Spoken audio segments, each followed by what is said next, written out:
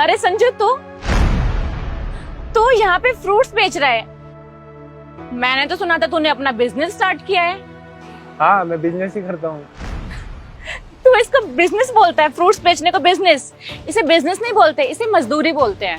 क्यों मजदूरी क्यों बोलते हैं? सुबह से शाम तक एक ही जगह बैठे रहो, ग्राहक से 10-10 रुपए के लिए लड़ो।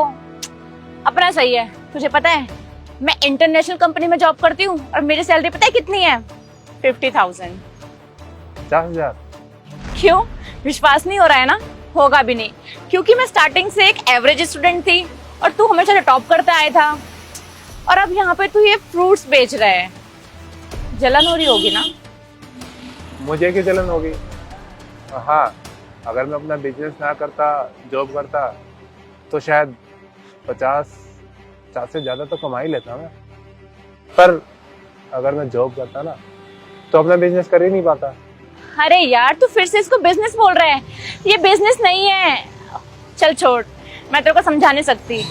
चल छोड़, अब मैं तेरी शॉप पे आई हूँ, तेरी बिक्री तो करवा ही सकती हूँ। 1 किलो चीकू और 1 किलो संतरे दे दे। ठीक है, देता हूँ।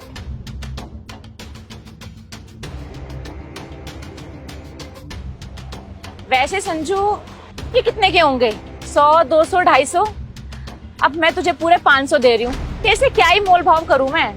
तेरी क्लासमेट हूँ, इतना तो बनता ही है। ये पकड़।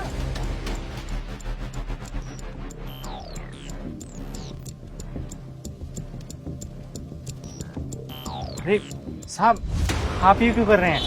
आपका बहुत बहुत धन्यवाद, आपने मेरी मदद की, पर आप ये मत कीजिए। वो तो सब ठीक है। तुम्हारी बेटी कैसी है? साहब, मेरी बेटी बिल्कुल ठीक है। आप अगर आज हमारी मदद नहीं करते तो न जाने क्या हो जाता।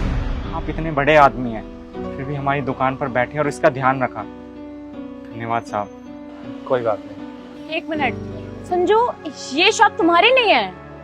अरे नहीं नहीं मैडम, ये हुआ ये कि हेलो, कहा?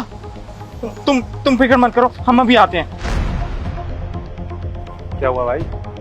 साहब, हमारी बेटी सीढ़ियों से गिर गई है, उसे गहरी चोट आई है, हमको जाना होगा।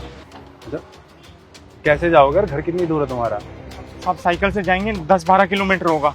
तुम पागल हो? 1 घंटा तुम्हें घर जाने में लग जाएगा। हॉस्पिटल कब लेके जाओगे उसे? तुम एक काम करो दिवांशु, गाड़ी लेके जा, इनके साथ जा। पहले इनके घर जाइयो, फिर इन्हें इनकी बेटी के साथ हॉस्पिटल लेके जाइयो। और पैसे पूछे किसी चीज़ की जरूरत हो इन्हें दे देना। ठीक है? ठीक है, तुम जाओ। आपको बहुत बहुत धन्यवाद साहब। तुम चिंता मत करो, सब ठीक हो जाएगा। और जब तक तुम आओगे मैं यहाँ बैठूंगा, तुम्हारे इसका दुकान का ध्यान रखूंगा। जी साहब।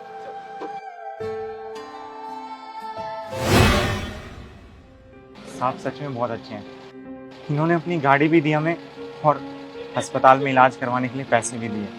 आज के टाइम पे कोई ऐसा नहीं होता। Sanju, I am so sorry, मैंने तुम्हें गलत समझा। सौरा, तुम किसी को कुछ समझती कहाँ हो? स्कूल में एक एवरेज स्टूडेंट होने के बाद भी अपने सामने किसी को कुछ नहीं समझती थी, और तू आज 50,000 की सैलरी को पता नहीं ऐसे दिखा रही है कि तूने पता नहीं कितना बड़ा पहाड़ तोड़ लिया। 1 मिनट, तुम बता दीपांशु, तुम्हारी सैलरी कितनी है? सर 55,000। तुमसे ज्यादा सैलरी मेरे ड्राइवर की है। मेरी तो छोड़ ही दो तुम। और तू कह रही थी ना कि ये बिजनेस नहीं है। ये भी एक बिजनेस ही है, चाहे छोटा हो पर बिजनेस है। ये किसी की गुलामी नहीं करता, अपनी मर्जी से जितना चाहे उतना काम करता है। वो किसी का नौकर नहीं है, खुद का मालिक है। और सौरा, ये जो तुम्हारे अंदर एटीट्यूड है ना बिना बात का, इसको छोड़ दो। किसी को भी बिना बात नीचा दिखाना अच्छी बात नहीं है। और अपना ध्यान रखना, और तुम्हें किसी भी चीज की जरूरत हो ना तो कॉल करना, हमें बता देना। नंबर दे दिया? हाँ जी सर, दे दिया।